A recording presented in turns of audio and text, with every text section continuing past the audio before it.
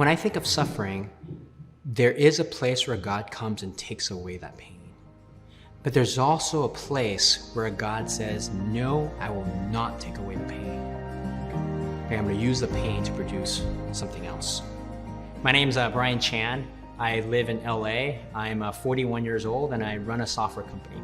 I met my wife back in 1997. I was 18 at the time. So we dated for like 4.5 years, 5 years, and then got married. Probably 2 or 3 years into the marriage, it was like, okay, it's about time to have kids. And you start trying and you're not able to have kids for some reason. And so I start questioning. And eventually we tried IVF. It wasn't successful. We weren't able to get pregnant. When we hit 10 years of marriage, Brian was like, okay, let's just try one more time.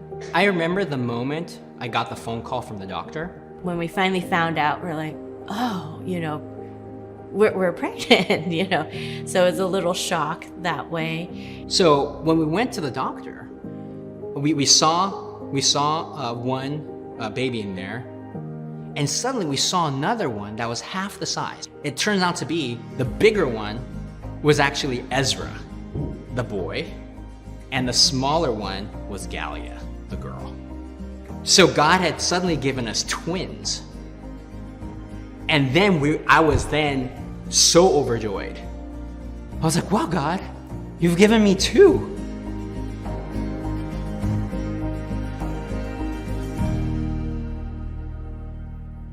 After my kids were born, they came early, actually. I think it was 36 weeks.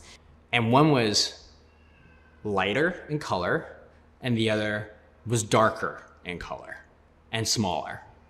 And I just thought, well, maybe they took after one side of the family, there's different gradations, right? Okay, one is more tan, okay, than the other.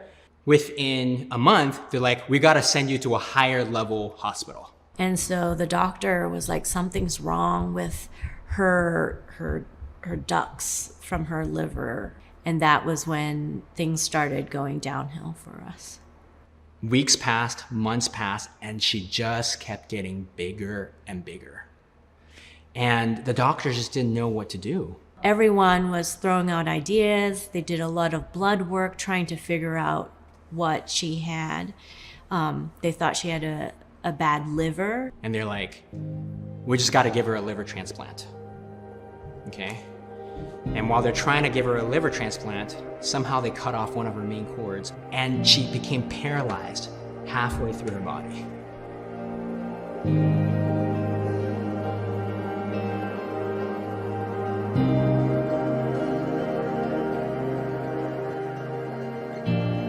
We ended up spending about 10 months in the ICU before she really stabilized and was at home.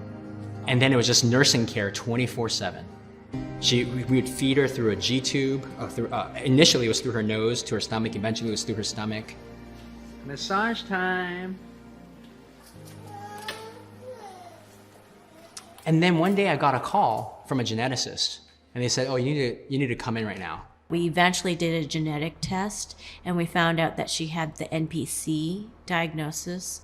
And NPC is an enzyme, a missing enzyme in your cell that can process cholesterol. So if your cells can't remove the cholesterol from its cell, then eventually that cell becomes dead. Most who have neonatal don't live past a couple months or a year. So at that point in time, I remember just being really, I was like, God, she's gonna die. We're in a hospital every 2 weeks, and she wasn't feeling well. I was like, oh, I think we'll keep her at home. No, let's take her to the hospital. We took her to the hospital.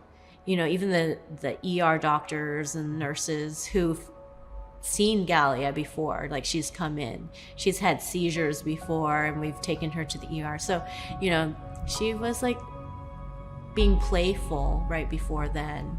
And so we were just expecting to bring her back home. But she looked at me and then breathed her last.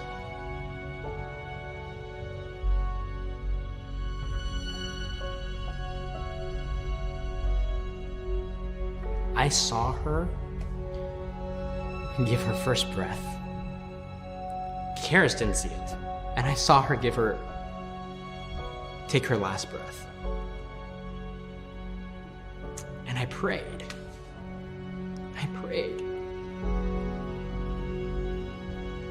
Yeah.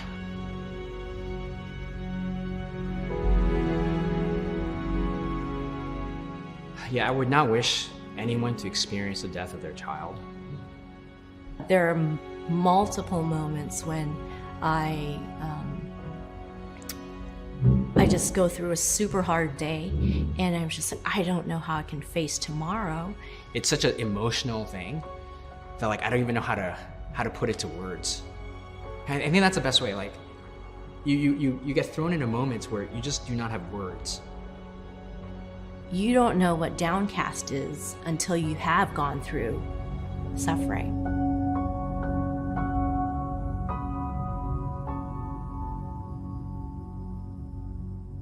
I've asked God why he didn't heal Gallia.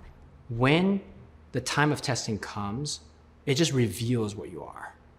But I think when I took the perspective of God, you put your son, Jesus, through suffering to do a greater work. It opened my eyes to more of what God's desire was. It's a desire for his redemption story to be told, his desire for me to be more compassionate and more loving. There is a place where God comes and takes away that pain. But there's also a place where God says, no, I will not take away the pain. Okay, I'm going to use the pain to produce something else.